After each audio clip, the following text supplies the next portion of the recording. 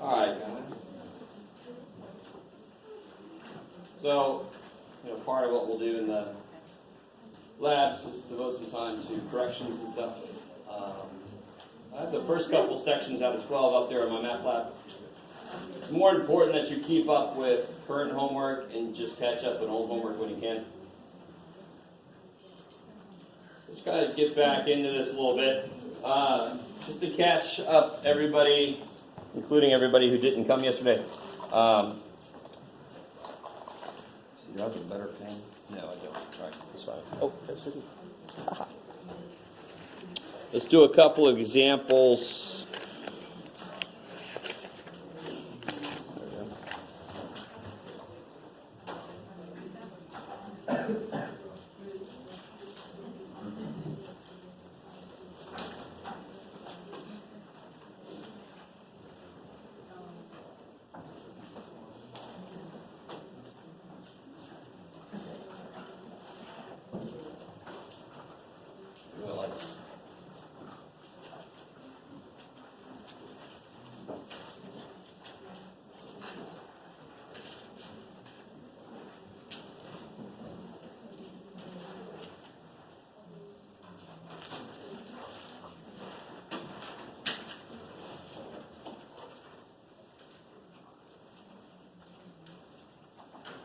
Let's try these two things here. Just to remind you guys, this might start off like this. Good old fog function. That means f of g of x. So you just rewrite it like this. To me, this notation is better because I can see that g has to be put inside of f. That's what that says. Exactly what it looks like. That's exactly what it means. Thank God. So what is g? X minus 1 over x. So I'm going to put that entire function in to f. So what's that going to look like now? We'll put this whole thing into f. 5 minus It'll be look like cube root. 5 minus x minus 1 over x. Yes. It's fine to stop there. That's fine. So this is what's called composition of functions. And it's the result is a function that's composed of two separate functions, and that's why math people went, let's call it composition. So we did. So what about this guy? You do it in much the same way, except it's a little bit nicer.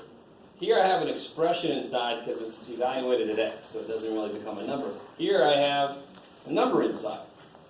Because f of negative 3 is some number. And what is f of negative 3? How do you do that? Yeah, you would plug the negative 3 into the f function. So I got cube root of 5 minus negative 3.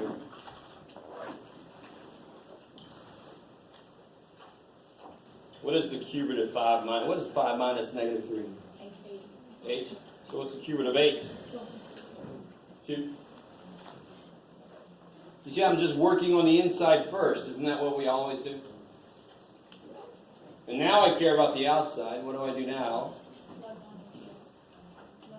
Yeah, take 2. Put it into g. So it'll be 2 minus 1 over 2. Which, of course, is... So it's substitution, substitution, substitution.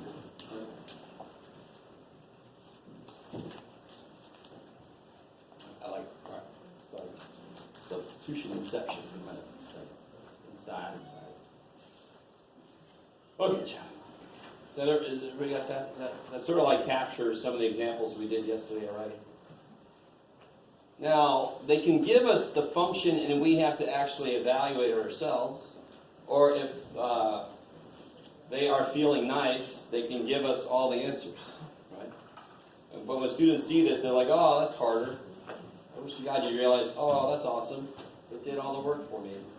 So how do I figure out what f of 2 is? What's the input? 2. And for f, the output is 3. So now this is g of 3, because f of 2 is 3. I don't know what the function is, and I don't care. They already did the work for me, right? And now what's g of 3? So the input's 3. What's the output for g? 8. Done. Yay.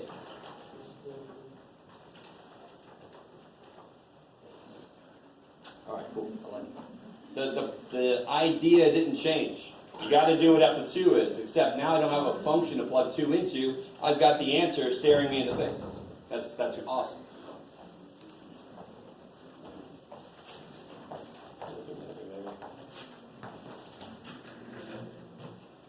Okay, so just a little reminder. This is the idea. This is the definition of function. I kind of say it a little bit differently. Every x is exactly one y. I don't know if any of you guys have ever watched any Highlander at all. If I say Highlander, does anybody know what that is? There can be only one shot. Yeah, like what's that show? From the 80s or something. When they knew how to make stuff. So I always say a function is for every input there can be only one output. That's the idea of a function. Does that sound familiar? You should have come in talking about functions before a little bit. So why does this make sense? A function is, it's got to make physical sense. So if I throw this pen and I say, okay, 2 seconds later, where is the pen? And you say, 2 and -7. What? It's 2 feet up and 7 feet below the ground at the same time. What the hell? So for every input amount of time, there can only be one output position, right? Unless somebody chopped that sucker in half, and I'm assuming that didn't happen. Oh, my pen, where's... Oh, there. So that's sort of one little reason why we define a function the way we do. Who remembers the test if I give you a visual? Is this a function here? Why? Horizontal line test. What the hell does a horizontal line test have to do with this definition? So if I draw a horizontal line, let's say at -1, what's the equation of this horizontal line? Oh my God. Horizontal. Vertical. Thank you.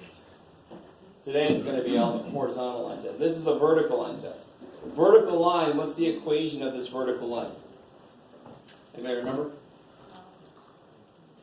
It's not moving which direction? It's only moving up and down. It's not moving left or right. Left and right is x. X is not allowed to change. Therefore, x must always be -1.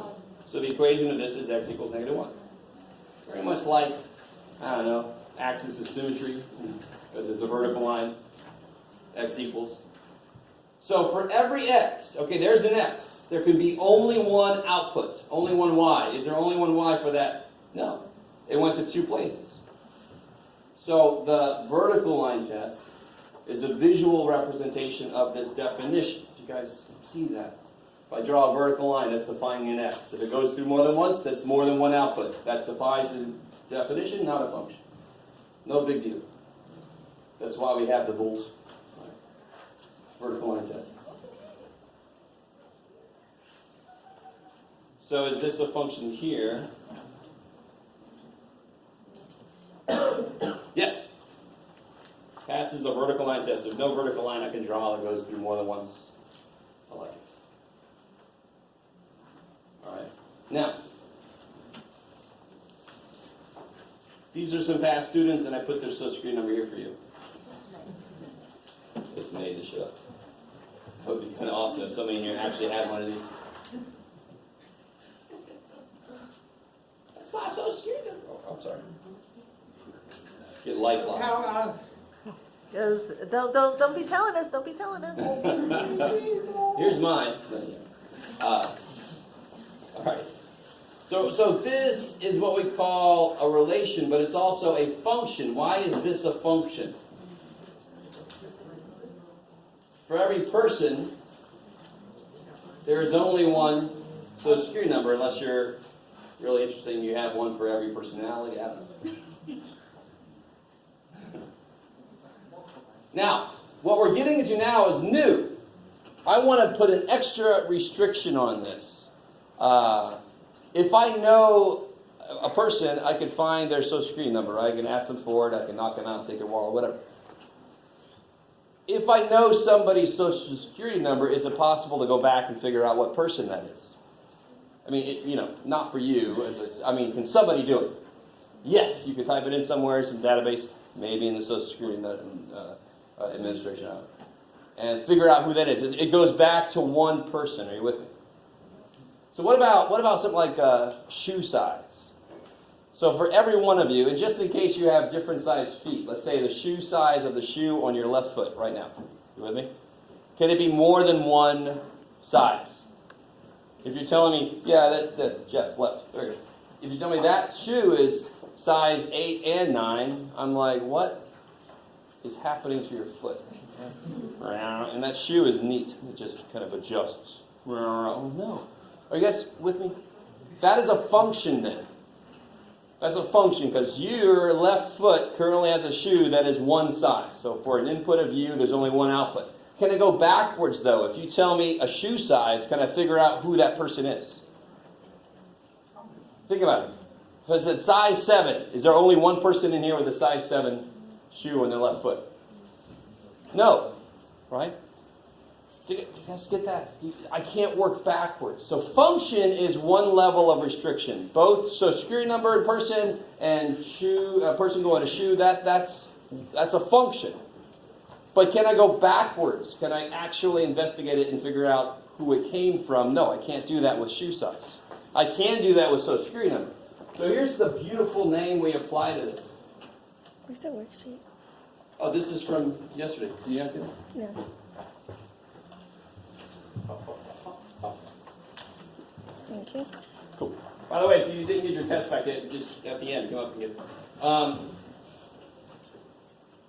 You see, so this is the reverse of this. No, it's not. It's the same damn thing. Screw it. It should be. Oh, here it is. The arrows are going the other way, Jeff. Just pay attention. I should have turned this around, but oh. This number goes back to Jack. This number goes back to Fernando. This number goes back to Elise. So that's the reverse. Is that a function also? Yes. Because for every social security number, there can be only one person. But for shoe size 7 shoe, does it only go back to one person? Of course not. In the world, there's a lot of people that have a size 7 shoe.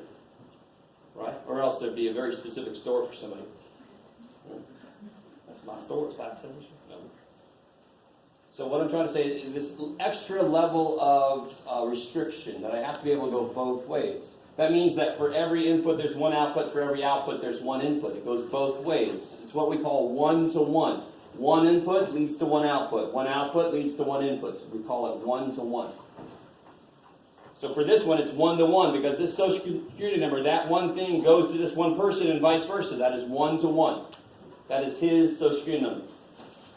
So this is one-to-one. Which means, now here's the important thing. Remember we were talking earlier about inverse functions. And I kind of talked a little bit about if I have a function with addition in it, the inverse should have subtraction in it. So it undoes what was done. Everything we've talked about right now about social security numbers. Am I able to, if I take a person and translate that into a social security number, am I able to go back? Am I able to undo what I did? Yes. But if I take a person and translate it into size 7 shoe, am I then able to go from size 7 shoe back to that person? No. Because there's a lot of people that goes to. Does that make... So that's why we call it one-to-one, which means there exists an inverse function. There's a way to go back. So for size shoes, there's no inverse function, right? Okay, maybe. That's why one-to-one deals with inverse. One-to-one is all about being investigative and going, where does it lead me back to? Does it lead me back to one person? Oh, thank God. Does it lead me to 8 people? Oh, shit. I'd rather have it lead me to one person, and that means I can work backwards to figure out who it was.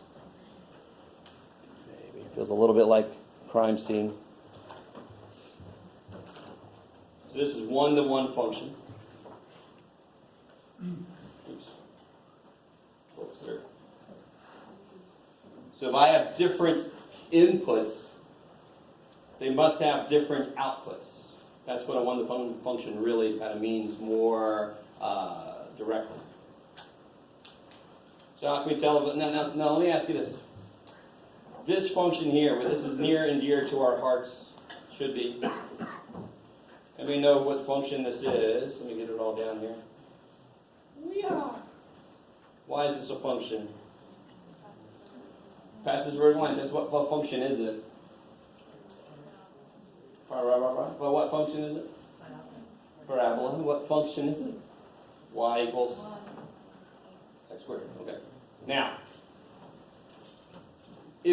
so it's a function because if I say my input is 2, my output can only be 4. When I square 2, I don't get 4 and 7 sometimes. No. Right? But can I work backwards? If I tell you the output was 9, what was the input? You can't say for sure, can you? Why? What do you square to get 9? 3 and -3. You can't work backwards, right? Look at his pant. It's tumbled over. Which kid did it? I got 2 kids. Shit. If I got 1 kid, I felt bad for the only child. Who did this? Yeah, it was me. Yep. Right. I wasn't like some mom. No. Sorry. So you can't work backwards. You can't work backwards on this. There is no inverse. Because if I let me do this. Let me ask you this. Let's look at a function that is invertible. Invertible.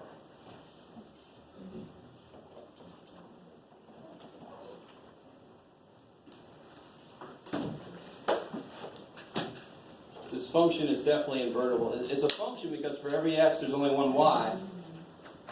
But for any number I put in for y, can't I solve for a single x? Yes. This is invertible. So let's make a little table of values. Just deal with me for a minute. Let me make it more functional notation. There you go, Jeff. Okay, so we're dealing with this function right there.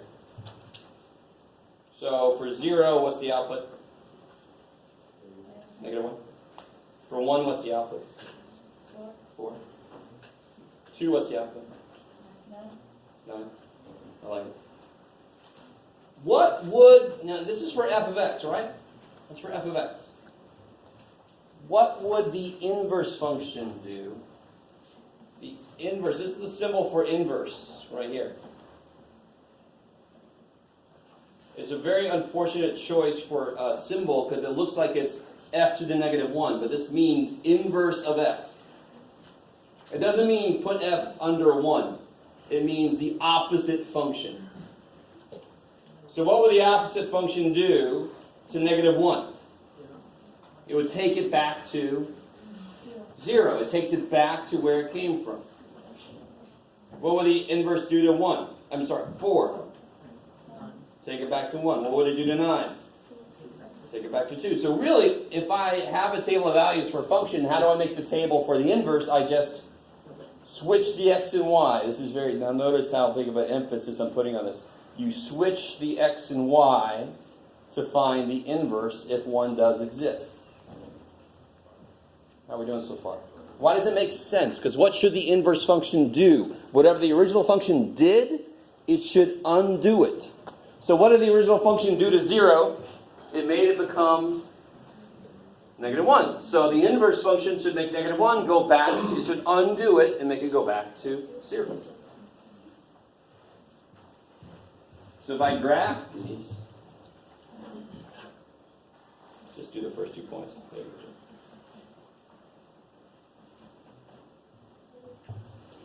So the graph piece, come on. The graph to f, 0, -1, 1, 4. That's plenty. Now if I graph this guy, the first couple, so this is f. If I graph this guy, -1, 0, 4, 1.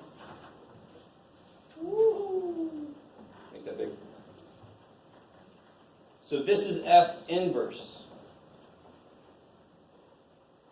Now I want you to realize something. We're going to see this over and over when we get even more interesting functions, the graphs of these.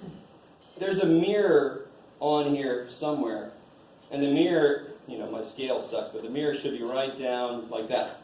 There's a mirror. It just reflects across that mirror. And the mirror is the y equals x line. And why does it kind of make sense? Because how do you find the inverse? You switch x and y. So the y equals x, they kind of flip over that line.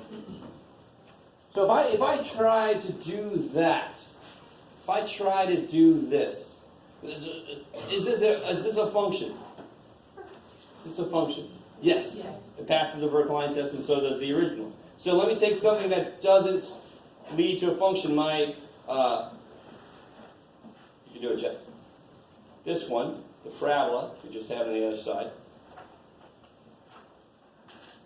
How do I graph the inverse? Or let's see if there is an inverse function. 0, 0. Let's make a little table. 0, 0, negative 1, 1, 1, 1, negative 2, 4, 2, 4. Is that cool? That's the graph. That's the table for this guy.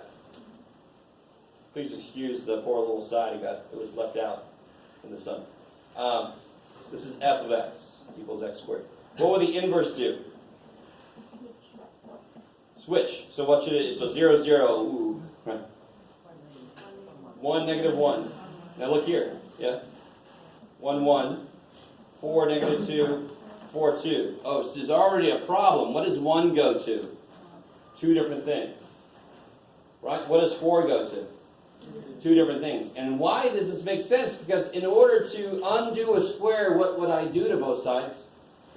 Square root. And when I put a square root, I have to put a plus or minus. So there's no way to kind of work backwards. Right? So here, what does this guy look like? 0, 0. 1, 1, and 1, negative 1. 2, 4, and 2. I'm sorry. You can do it, Jeff. You can do it. 4, 2, and 4, negative 2. So it looks like a parabola opening sideways, and if you think about what I just said, it should flip over this mirror right down the center. It just flips. Is that new thing I just drew a function? No, it doesn't pass the... Now, if I have to test to see if something has an inverse, I don't want to have to graph it and then flip it every damn time. So instead of graphing it, flipping it, and then doing a vertical line test, why don't we just flip the test to a horizontal line test? Then I don't have to do everything I just did. I can just do a horizontal line test, and I'm like, oh, if it goes through more than once, there is no inverse function. So if I look at the original, if I look at a parabola, if I do a horizontal line test, does it pass? No, it goes through more than once, so there is no inverse. Meaning, if I know the output, can I know exactly what the input was? No, I can't.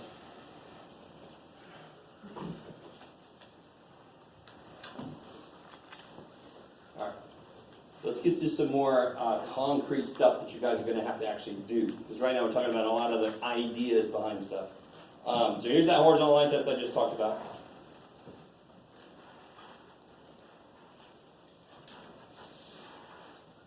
So real quick, do this part real quick, basically, just like what we just did. So if it's a function, see if it's also a one-to-one function. And some of these are going to be neither. So for example, that first one, is that a function? Yes, because it passes the vertical line. Is it a one-to-one function?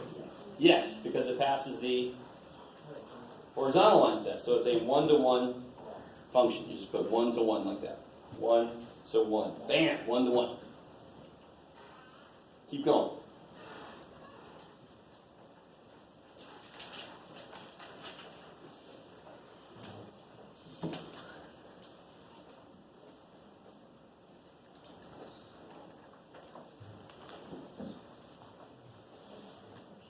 Hopefully you understand, if it's not a function, it can't be a one-to-one function, because it ain't a function. So if it's not a function, it's neither. Is B a function? Why? Passive vertical line. Is that a one-to-one function? No. So it's just a poor little function. It's not a one-to-one function. It's not all special. I see he's all sad.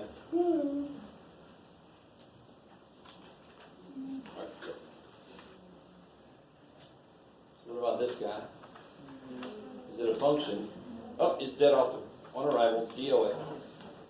It's not even a function, so how could it be one-to-one? Don't do the horizontal line test and go, oh, it's a one-to-one function, because it's not even a frickin' function. It's not a function. So I would stop right there. What about this guy? What does this guy look like, real quick? What kind of a function?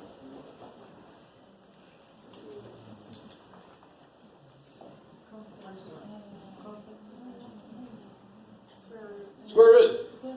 Doesn't the square root do that? It's just been shifted back, so it's like square root of x plus 4, it looks like.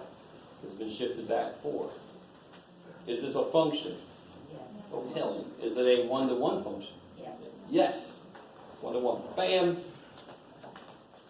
Its inverse, if I flip this around this line, its inverse would look like this. Bam. There we go, basically like, yeah.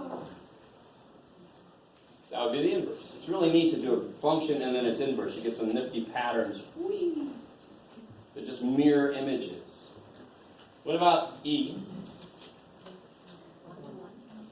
Yes, it's a function and it's one-to-one. Notice how this looks like it flattens out, but it's still going down, down, down, just really slowly. So this is a one-to-one.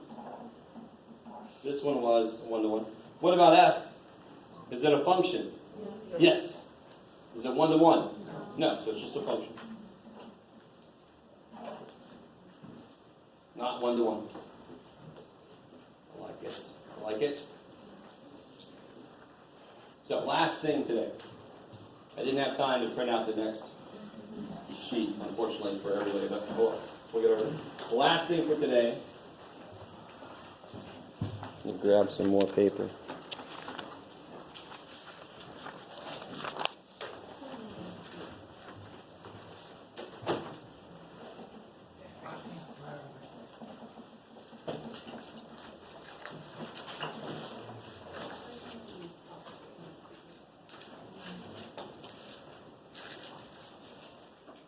Really nice when the idea it stays the same no matter what way it's given to you. So visually, how did we find the inverse? We took the x and y's and we switched them.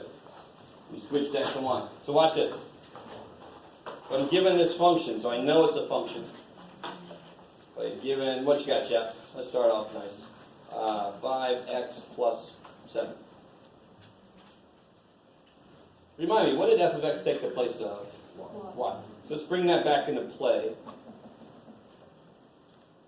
Now what I always do is, I'm going to apply an idea. I'm not going to do something algebraic to both sides of this equation. I'm going to apply the idea. How do I find the inverse? I switch the x and y.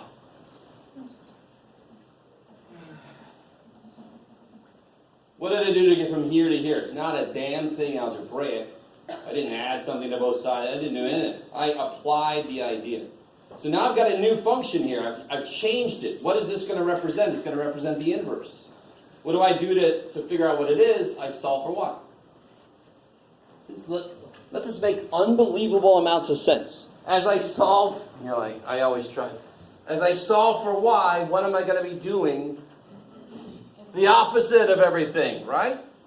So it should make sense. If I do this and I solve for y, I'm going to undo everything that was done. That's why it becomes the inverse function. So how do you solve for y? Who do what? Subtract 7. Divide by 5. So y equals x minus 7 over 5. And just to be all official, this is f inverse. So what did f do? When I put a number in, what's the first thing that f did to it? If I put a 2 in, what's the first thing you would do? If I did f of 2, you plug it in. What's the first actual computation you would do? How do you do this? Yeah, it's you multiply first. So what's the very first thing that the function does to an input? It multiplies by 5. What's the very last thing that the inverse function does? Divides by 5. Ooh. Inverse, right? What's the next thing that this function does? Add 7, right? You would take 5 times 2, 10. Add 7. So what's the second thing this guy does? It adds 7. What's the first thing this guy does? Subtract 7.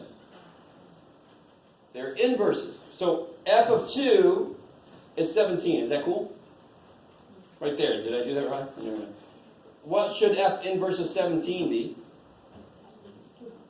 2. What did f do to 2? Made it 17. What should f inverse do to 17? Undo it back to 2. Well, let's see. Don't we have f inverse? Yep. So what's f inverse of 17 using this? It'd be 17 minus 7 over 5. 10 over 5. Holy shit. Right. I mean, so that's a little, that's a little check you could do. This function is supposed to undo what this one does. That's the basic property of an inverse function. It undoes what the first guy did. So of course, if I put a 2 in and get 17, then this guy should take a 17 back to 2. And do you see how this is related to XY table, flipping it around? See how the ideas keep coming back together? It's crazy. You're going to love that.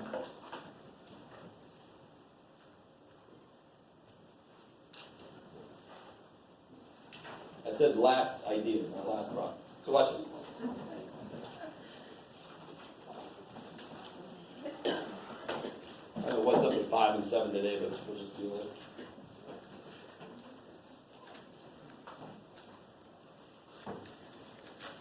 Something's going to happen on May 7th. No. Okay. So how do I start doing the inverse? I have to first bring back y. Because the main idea with an inverse function is, and real quick, why is this an inverse? Because I'll show you, a cube root function looks like this. It's got that shape to it. And then I can move it around and stuff. Is this a function? Yes. Is it an inverse function? Yes.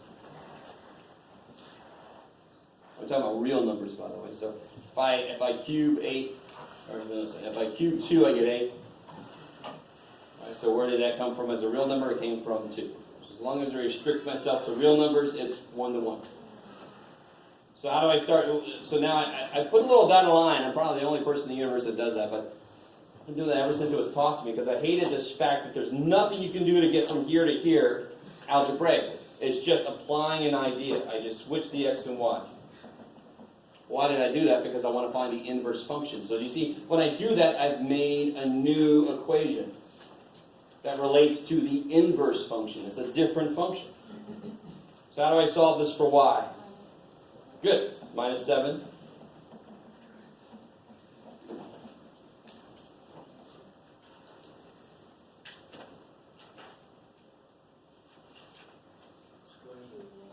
Cube it. Don't cube this shit, okay? So just write x minus 7 cubed. See that? You don't gain anything by actually multiplying that out. And then the last thing I do is add 5. So I get f inverse is x minus 7 cubed plus 5. First thing this guy did was subtract 5. The last thing this guy does is add 5. The second thing this guy did was cube root. The second thing this guy does is cube. The last thing this guy does is the first thing this guy does is subtract. I mean, it makes sense. It is the opposite function. It does all the opposite things in the opposite order. So that is the inverse function. All right, I like it. All right, that's enough for today. So we'll pick it up on Monday. I'll see some of you guys in a few minutes in the lab. Anybody not